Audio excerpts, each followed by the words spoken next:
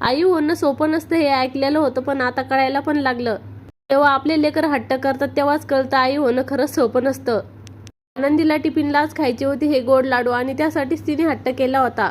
मग गव्हाचं पीठ भिजून घेतलं आणि अशा प्रकारे छान असं वेगवेगळ्या आकारात लाडू बनवून घेतले आणि त्याला मीडियम गॅसवर छान असं तळून घेतलं आणि गूळ कापून ठेवलं साईडला आणि थोडंसं तेलामध्ये तो गूळ टाकून छान असा मॅश करून घेतला, वितळू दिला आणि मी जे तळून घेतलेले वेगवेगळ्या आकारातले लाडू त्या मिश्रणामध्ये टाकले आणि थोडा वेळ 2 मिनिटं हलवून घेतलं.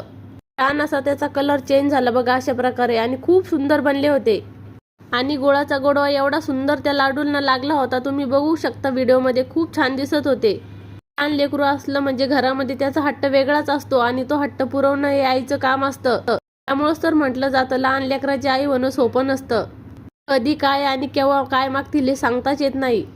आईचं हृदय वेगळंच असतं. ती किती थकलेली असो किंवा किती आजारी असो आणि लेकरांनी जर काही मागितलं तर ती नक्की करून देणार हे तर मला माझ्या स्वतःच्या भावनेमधून कळतं. आणि आनंदी उठल्या उठल्या ब्रश करून झालं की लगेच तिचा आवडता पदार्थ खाण्यास सुरुवात केली. कसा वाटला व्हिडिओ नक्की सांगा.